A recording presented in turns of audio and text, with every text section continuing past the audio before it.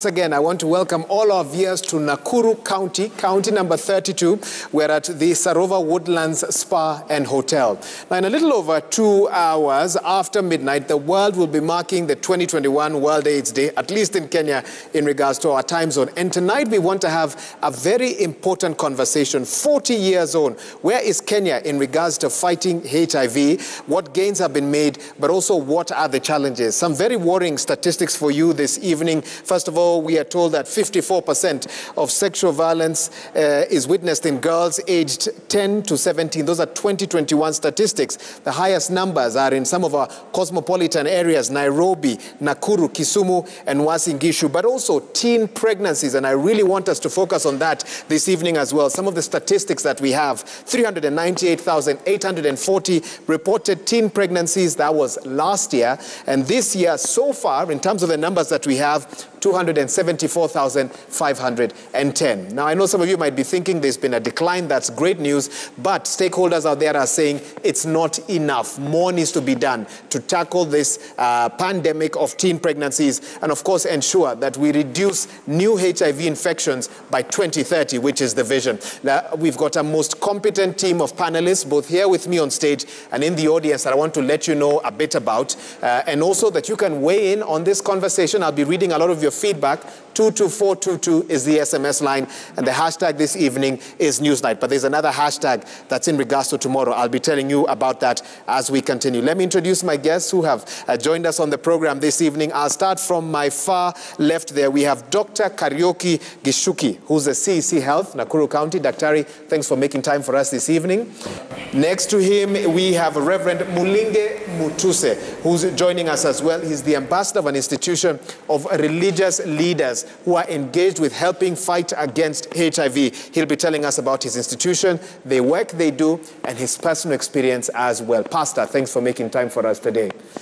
Next to me, we're talking about teenage pregnancies, and there's a lady with a story here, Viona Juma, teen mother living with HIV, and she'll be telling us her story as well. Viona, thank you for making time for us. In the audience, we also have Dr. Ruth Marshall. She's the CEO of the National AIDS Control Council, and I'll be getting to hear from her as we continue this conversation. Remember, we are doing this in partnership with the National AIDS Council, just a few hours to the World AIDS Day. We are also joined by Maureen Morenga. I want to acknowledge her presence here, Executive Director, Lean On Me, and she'll be talking about the work her institution does, and Davis Jaquana from Netel. We've got all the right stakeholders in the room right now for a very important conversation that I want to delve into at this moment. Viona, let me actually start with you on this one. Thank you so much for making time for us this evening. You have quite a story. Na ningependa uanze kwanza kwa kutuambia yale umepitia upande wa maisha yako. Okay, maisha yangu mimi nimezaliwa Bungoma, but my parents walikufa kama bado niko mdogo. Actually nimekuwa orphan, nimeishi na shosh, but shosh na yeye hajiwezi. Sasa nikapata early pregnancy while I'm 17. Sasa kupata ule mtu mwenye alinipea Ebola akani abandon. Nikabaki hivyo, then nikapata guy akachip in akasema atanisaidia, so ile time ananisaidia kidogo hivi akakufa. Nikabaki alone. Kisha nikajaribu nikauza sukuma, nikajaribu everything kuuza mahindi, but si ku manage. Ndo hapo ndo nilijengeza kwa sexual worker. So hiyo sexual worker ni hard. Ndio ulipi ushuru, ulipi anything, but it's hard. Unapata maybe a guy anakutumia but haizi kulipa, anakuambia ukimuuliza uwezi mshtaki, anakuambia yeye ashaenda, yeye ameshamaliza na kuachanisha hapo hivyo. Alafu nikakuja nikajikuta niko na HIV. Whereby hata sijui nilipataje juu kuna wengine ukimwambia tumia na kuambia ana spend. Sasa life yangu imekuwa difficult, ndio sikutaka kwangu niko hivyo juu lazima niko na shosh na niko na mtoto, mimi ndio baba, mimi ndio mama, mimi ndio kulipa nyumba. Hata nikikuja Nairobi kuna mama mwenye aliniita nifanyishe kazi ya nyumba, analipa 3,000. That 3,000 inafaa nilipie shosh, nitumie shosh chakula. Niko na mtoto, anafaa kule, mimi mwenyewe pia nafaa nilipe nyumba, inafaa nikule, kwa hiyo 3,000. That's why nikaachana naye, nikajaribu business ikagwama, nikajiingiza kwa sexual worker. This evening, Viona, and first of all, asante sana kwa kutuelezea kuhusu yenye umepitia, na kweli ni mambo mazito sana. We have a lot of stakeholders here, and eventually I'll be asking them, what do we need to do to end teen pregnancies and HIV infections amongst young people? But kwanza ningependa kusikia perspective yako. Wewe maoni yako ni gani? Hii mambo ya teen pregnancies na HIV infections, how do we end them? Actually, mambo na early pregnancy, kitu ya kwanza inachangia ni orphan. Mtu background.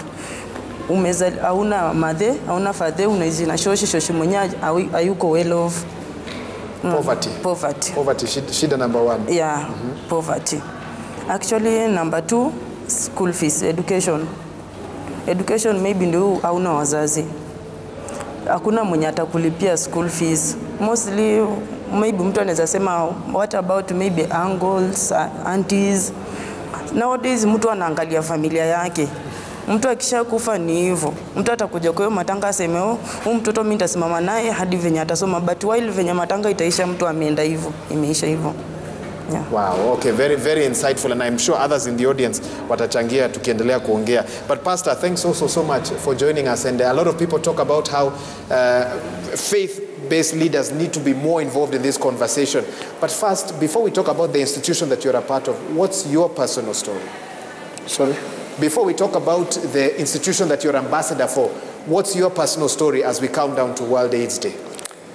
Yes, I want to give my personal story. Me personally, I'm positive. I came to realize about my status 2013. My wife was very sick. I took her to different hospitals, and when she was admitted in an hospital, I had some sore throat in my mouth. I decided to go also me and look for medication. So the doctor asked me a question whether I've ever been tested of HIV. I said no. So when I went to VCT, I was positive. But that same week, my wife died. We had only one child, a daughter, actually whom I believe was born positive. And 1 month later, she died. So I was left alone. And I always say, if we knew our status before, my family could be alive. But you know, I was a pastor, so according to me, sikuwa nafikiria kama HIV inaweza kuwa in a house of a religious leader. So when I heard about issue about testing, I was not concerned about those things. But at the end of the day, I came to realize it was in my house, and because of ignorance, I lost my family. So in that quote, I can advise my fellow religious leaders, it is good to take a lead in testing and also getting the right information about HIV. You're actually taking me to my next question, because I wanted to hear from you. And first of all, let me thank you so much for being bold enough to share your story with Kenyans. And I'm sure many will learn a lot from you. Do you think the faith sector is doing enough? When you look at what you've gone through, are they doing enough to tackle HIV infection and teen pregnancy? At the moment, I can say they are doing a bit. It's not like before. Because right now, through our organization INRELA, which stands for International Religious Leaders Living Positively, Infected or Affected by HIV, we have been building capacity on religious leaders, talking to them, engage them, to be open and talk about the issues of HIV in their congregation, and they use the available platforms so that actually people will not lose their life because of ignorance. It happened to me. Okay, thank you for that. And I'll talk a bit about that, because a lot of people say the faith-based sector can do so much more. to help in this fight. But Dr. Geshuki, also thanks for hosting us as Nakuru County. We are in your county today, and a big day tomorrow as the world marks World AIDS Day in Kenya being marked here in Nakuru County. Now, for me, I'd like to hear from you in terms of what policy measures should have county governments put in place, and maybe what more can they do to ensure that they can ensure the safety of our young girls, because the numbers show that teen pregnancies is something that Kenya doesn't have figured out just yet. There are other African countries that are doing a lot better than we are.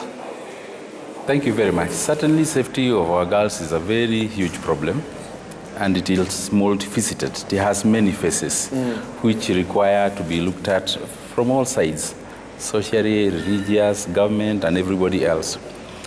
And also the national government in terms of security of places where we are at home or in the streets and everywhere. As per your question about safety in counties, in the Nakuru County, the Department of Youth, Gender, Culture and Sports has formulated a policy on gender and development. And from that policy, we have worked a bill on gender and equality, which is in the county assembly and has had the first reading. So it is indeed true that we are aware of this problem, and it is here in our county. And we want to look at it now from the county side in conjunction with the other prayers so that we can be able to address it. What should be the focus tomorrow? All attention will be on Nakuru County, of course, with World AIDS Day being marked here. But should the focus be on more special programs? Should the focus be on more education and sensitization? From where you sit as CEC Health, where do you feel are the gaps? Our biggest problem actually is sensitization. To make aware, especially our young girls, on sexuality, that is reproductive health matters, and issues to do with HIV transmission, and also gender-based violence to everyone who is a player in the society. And we would want to look at the national policy and also insist that we create more awareness. And then, of course, we look at the major drivers of these things and look at especially what she said, like poverty. A lot of research has shown that around that age for girls, menstrual hygiene plays a role because maybe parents might not afford the dignity packs, that is the pads. And therefore the girls, they might get the food and housing, but the parents might not afford maybe that one. And therefore counties would want, like we are doing here in Nakuru, to invest and cushion money for procurement and distribution of those pads so that the girls who are in school can get them so they don't have to look for alternatives somewhere. That is a huge step, and also we think it's a major, high-impact intervention. Very practical interventions that we will talk about even as we continue with this conversation. I shortly will be crossing over to our front row here where I want to gauge some of our other panelists. Remember, 22422 is the SMS line.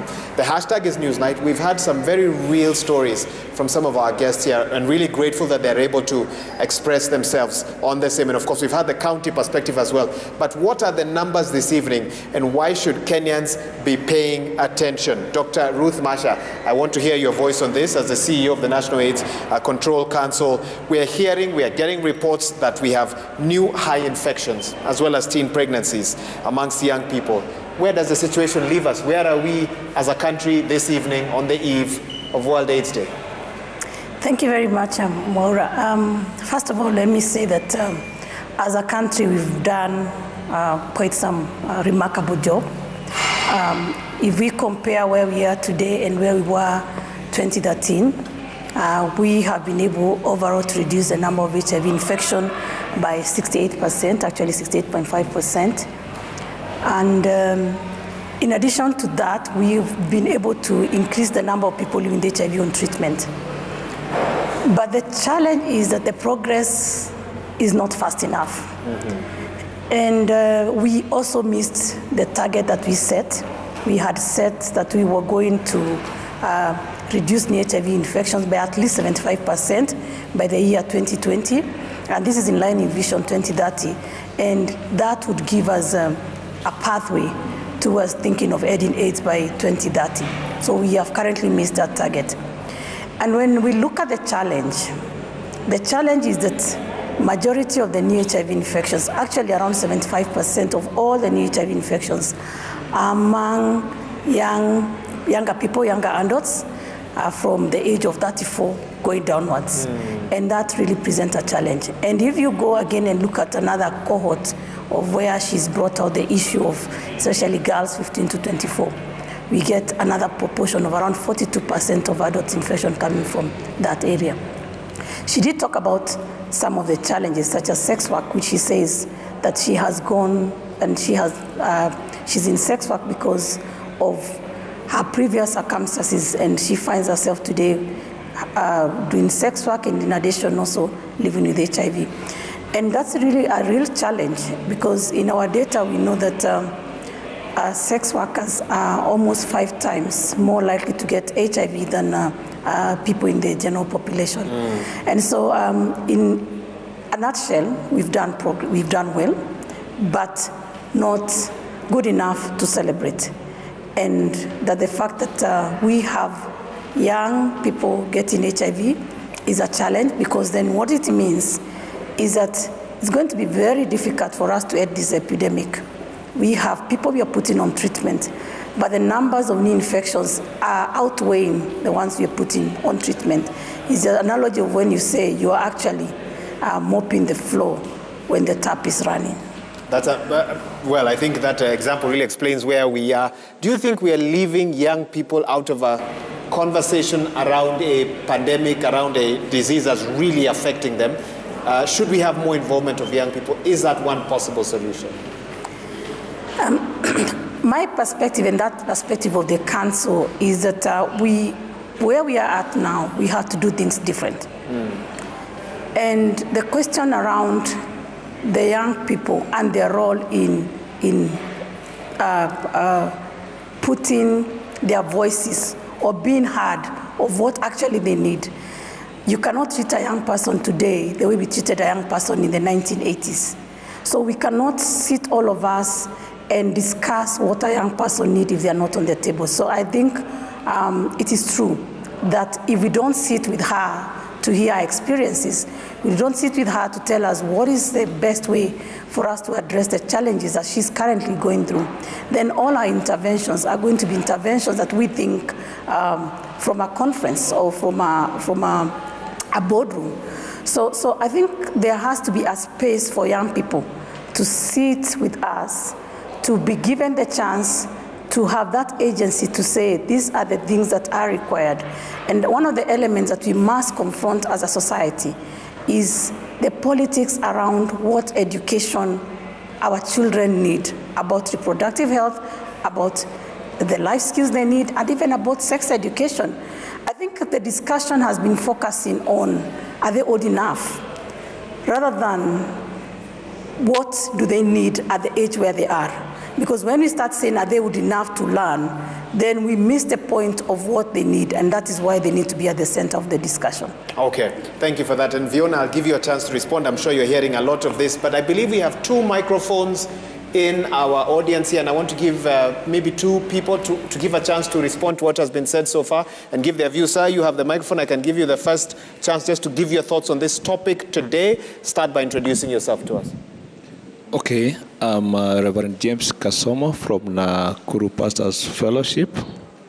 My response from what I'm getting, or from what we are hearing, because this thing is affecting most of our youth. It is high time we, the parents, we make friendship with our children, so that we can be sharing some of these things one-on-one, as father and son, mother and daughter, without covering things. So you feel a lot of the work needs to be done in the home? Yes, it has to start from home. Okay. It has to start from home. Okay, thank you, Reverend, for that. I think we have somebody who wants to please begin by introducing yourself and then state your point. My name is Patricia Achieng. I'm the chairperson of the International Community of Women Living with HIV Kenya, that is ICWK. My take is that you've told us about the data. Dr. Masha has told us about the targets. But one thing that we have to stop doing is putting our heads in the sand. Because when we are told that kids as little as 10 years to 15 are pregnant and are coming to a health facility for antenatal care, then we should be asking ourselves questions that what is happening? Who made those kids pregnant? And what are we doing as communities? What are we doing as law enforcers? Who is not doing their part? Is it that the parents? Is it the community? What exactly is going on? Because initially when I was growing up, a child belonged to everybody. If I made a mistake, a neighbor would cane me and bring me back home. So what is it that we are not doing right? So that is one component. The other component we need is age-appropriate sexuality education. We are not saying we teach children about sex, but we are saying we teach children about themselves. Who are they? What is happening to them? What is happening to their hormones? They need to know that to be able to take care of themselves. The last but not least is about the legal issue. What does the law say about a child who is 18 years and below? Is this a person who can give consent to sex? Because if they are pregnant, that means they're having sex. And that means that sex was unprotected, which means HIV could be there, which means STI could be there, which means there is also lack of information. What gaps are there in our programming that is also causing this? We should look at it holistically. Okay, 3 points that you've raised, very strong ones. Okay, someone's raised their hand just behind you.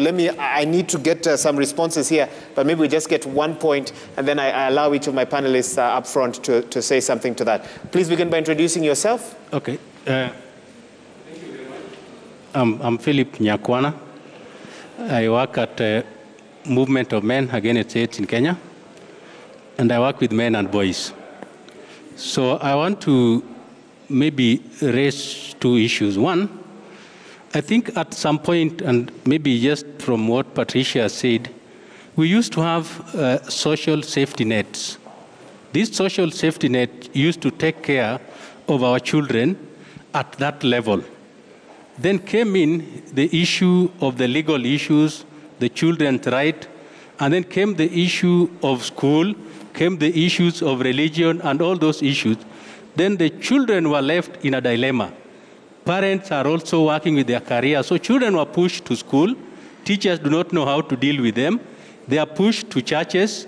Those pastors and religious institutions do not know how to deal with them. When they get back to the family, parents are also busy building their career. They don't know how to deal with them. So children are left at a point when they are confused. Then here we come again with our intervention to address some of these issues. We are addressing these issues at the top, but not looking at the root cause. Then at the point of intervention, there's also some level of discrimination. We are talking about girl child. Where are the boys who make them pregnant? Because you will have them, you will empower them, you will give them all that you give them, but men are busy planning how to make them pregnant again. You see? So we need to embrace what is called a family-centered approach to our programming. Because at times you can also take them, empower them, train them, but they get back to a family or a home where people still have that traditional mindset. You are not helping this child.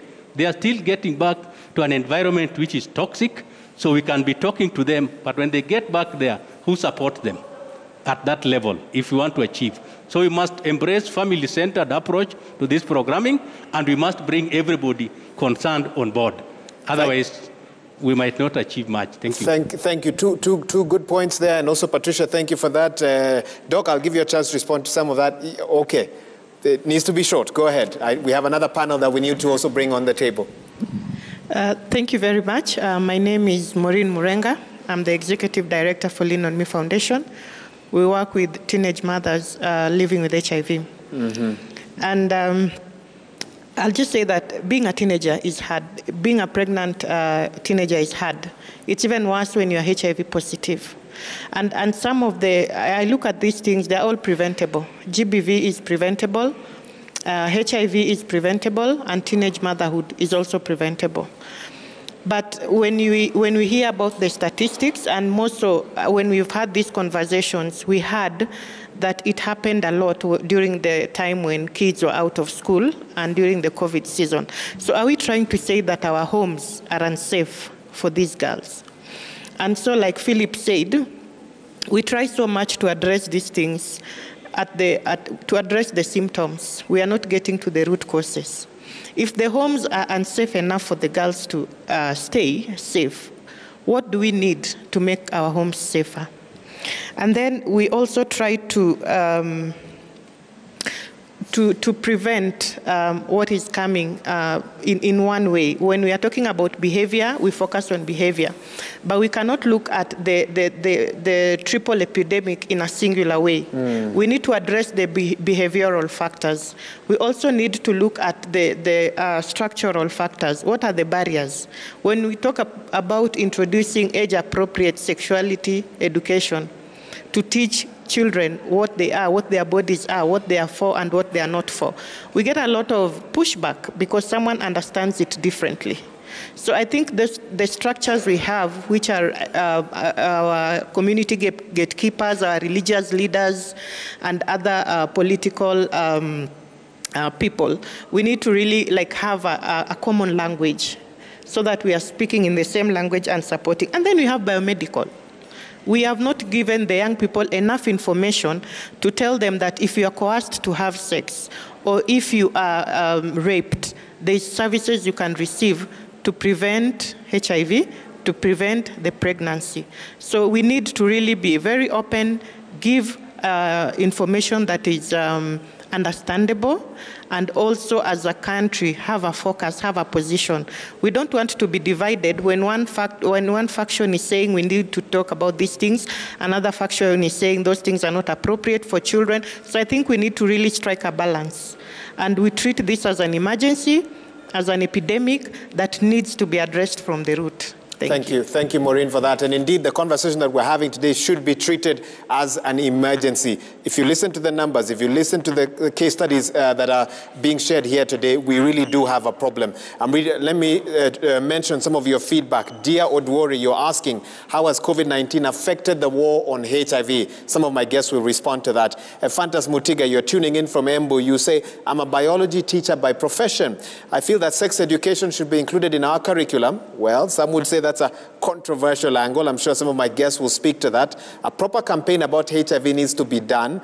Today, students don't even know the ways of preventing HIV spread. That's Fantas Mutiga. Let me get some final thoughts from each of my panelists here, because there's another panel I need to bring in. There are so many facets and angles to this HIV conversation that we want you to be aware of this evening. Vaiona, first, let me thank you once again. You've really helped us to walk through what's a very sensitive topic, the stigma of one declaring your status and the stigma of declaring even the line of work that you feel you have to do to be able to survive. What sort of support would you ask that society gave you or anyone else going through what you're going through today? What do you say that is? Okay, ile support yenye tunahitaji. Mzazi inafaa ku close na mtoto wake. Kama mimi sasa niko HIV positive but sina mtu mwenye nielezea juu hata ukielezea friend anakutoroka. Like hata uwezi kwa plot uko comfortable, uwezi ambia mtu anaona utamkiza huyu mtoto wangu ugonjwa ama utamkiza huyu mtoto wangu kwanza kutembea. Sasa mzazi ako close na msichana yake, hata akipata kosa jaribu kuongea na yeye ujue nini imefanyika. Na pia hebu tuelezee kama ungepata njia ya kufanya biashara nyingine. Maybe wakati ulikuwa sasa umemaliza shule na unatafuta njia ya kuchunga mtoto, kumlisha na shosho pia. Kama ungepata njia nyingine ya kufanya maybe biashara, ungeifanya? Yeah, ningeifanya. Ungeifanya. So shida tu ni some sort of assistance, usaidizi ndio uendelee na maisha yako. Yeah, tena unajua sikumaliza fourth, nile drop out form 2 because of school fees. Sasa unaona kazi kupata ni ngumu, idea yenyewe nimeprocess kani nimechelewa. Unaona hata ilifika point nilikuwa nataka kwenda Saudia but vitu zilirun out siku manage. Juu kazi hakuna, siwezi pata kazi. Alafu sasa hizi connection. Vitu mingi zinataka connection na connection yenyewe tena kuipata ndio hiyo ni inawezekana. So kwa sasa unasema umeamua kuishi hivi kwa sababu hauna option nyingine. Yeah, but nikipata mtu anaweza chip in ni rahisi sana nitaacha ni concentrate tu kujua. Pia mimi ni mzazi na maisha yenyewe mimi naishi, sitaki mtoto wangu apite the same situation. Na jaribu akae maisha mengine tofauti. na ile age yenye ako sahi nataka at least hata kifika kitu 10, unajua ni mtoto atajua moves zangu, maybe majirani watoto wenzake wanamwambia unajua mama kana anafanya kitu hii na hii na hii, unataka itampea ile mentality ya ku concentrate kwa scholarship yake. So nataka hata before afike hiyo time naomba tu Mungu achipin at least ni mlenje yenye mzazi yeyote tu anaweza feel kulea mtoto wake. Wow, asante. Thank you for sharing that with us. Pastor, you're hearing, you're nodding your head, you agree. Stigma today, and I'm told there's different types of stigma. When you are living with HIV, there's stigma that how you view yourself. There's a stigma now from others as well. Talk to me about what you go through as you move around, sharing your story, trying to inspire and help others and give them hope. There's a lot of stigma, especially for religious leaders who are living with HIV, because sometimes people see HIV as a moral issue, not a virus. So when I go sharing on my story, in every place I share my story, I know today there are people who do not know my status and they have known my status. So I expect some sort of stigma. When I meet them, it will not be like before. So I can say there is a lot of stigma even in our congregations, because when people knew my status during that time, I have members of the church who left the church, they say they will not be, they stopped giving, offering in that church. Even there is a day when somebody, because I was living in the church, alitupa mafuta kwa nyumba ambayo nilikuwa ninaishi na akasema leo I'll kill you. Oh no. So there is a lot of stigma, especially for we religious leaders. And I know there are many religious leaders who are living HIV positive, but they are just quiet. They die quietly, they don't go for medication because they are fearing this kind of stigma. But why do you think faith-based institutions and leaders who lead such institutions are so, I guess, averse to change? We know that the world is very different from how it was 10, 15, 20 years ago.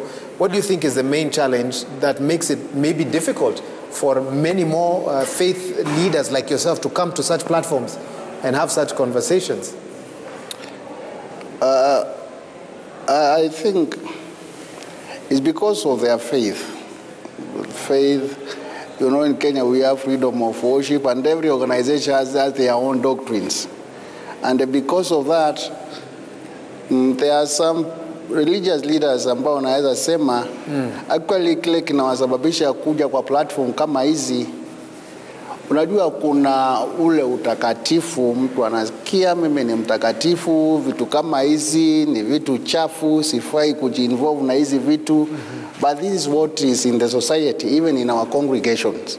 Sasa wewe ulipata nguvu aje kuongea hii maneno kwa TV in public? Nini ilikupea ile? Kile kilinipea nguvu. Nimekuambia nilipoteza familia yangu. Na ninajua kuna watu ambao they are like me. Niliamua kudisclose my status nisaidie yule ambao nitasaidia. Actually ilikuwa tu ni disclose nisaidie wengine wasipitie yale mambo ambao nimeyapitia. Na actually nilifanya hivyo ndio ikiwa kuna any religious leader ambaye amejipata ni positive, asiishi peke yake, anaweza kuja kulalia hii kifua nimsaidie na tuendelee na maisha. Nadhani mnafaa kumpigia makofi. I think that's a very strong point that he has brought out. Pastor, thank you so much for that. Dr. Gishuki, tomorrow Nakuru enters a new status. The journey to city status is closer and closer by the day. The term city, cosmopolitan, a lot of people will continue to flock to Nakuru looking for opportunities. And when you have such a mix of human beings, poverty, sometimes for some who came to Nakuru expecting one thing, find things are not working, have to find a way to survive. How are you preparing the county for the sort of possibly health challenges that may be experienced with the benefits that come with the city status? Are those thoughts that you're having? More people in Nakuru might mean we need more healthcare, we need more sensitization on what they need to be aware of. I agree with you that recently we've had a lot of people coming to Nakuru, especially because Nakuru, as you might be aware, is the second biggest economy. And when you are within Nakuru, you are within 200 kilometers of every major town except Mombasa. And there are a lot of industries here in agriculture, tourism, energy generation, trade, and transport, and many other sectors. And therefore, all illnesses and all medical problems move with people. And therefore, we are prepared for that as a county, but not so well because, also health runs on money. This county gives about 6 billion of its budget to health. And specifically for HIV, I still strongly believe that we should put more money in health promotion, that is sensitizing our people and making them aware of HIV and sexually transmitted diseases like we've always done, and also prevention, because it makes more sense that way. But of course, for the few who go to the other side, we should also be able to invest properly to take care of them in terms of infrastructure, the human resource, service delivery systems, health products and technologies, that is the drugs and the diagnostics, and also monitoring and evaluation of the programs that we do so that we run an efficient program. Because we know from experience, I'm a doctor and I've been in charge of HIV in Eastern Province, so I know HIV very well, that if we take good care of these people, they can be very productive in society and they'll live just like the rest of us and life will be good. And therefore, the emphasis should be health promotion and prevention. And that also brings in that other aspect of teenage pregnancies. It is indeed a problem. In some parts of this county, 18% of girls get pregnant. That is not what we would want to hear, because we know the repercussions from the way we curtail their future lives professionally, academically, and otherwise. So Nakuru as a county, we've invested properly in terms of healthcare deliveries in all levels, from the community level, dispensaries, health centers, so that an individual who requires maybe HIV testing and counseling can go to a dispensary. Okay. Will be referred for treatment and any other thing, care and monitoring. And I think that is a good system, but it is very costly and we require as a country to put in more resources so that we are able to take care of those clients. Thank you for giving us that county perspective. We are eating into our second panel, but Dr. Marsha, let me give you 1 minute. Anything that you want to respond to? Some very strong points have come out from this panel right now. Let me give you a minute just to weigh in as well. Thank you very much, Maureen. I think one of the most critical elements that is coming from this conversation is that there are those individual things somebody can do, but it's something we must do as a society as a whole. If you listen to the stories, for example, education is actually a right. It's an equalizer. It's what can get somebody from poverty to be sitting next to you today if they came from a poor background. But when we have children dropping off school, like the story she's sharing with us, it means that if we had means and we had made sure she was in school, then staying in school would have actually helped her not go through what she's gone through. So for me, the learning lesson is that as a society, we must address the things that individuals are not able to address. Sexual, gender-based violence is not an individual issue. It's actually a society issue.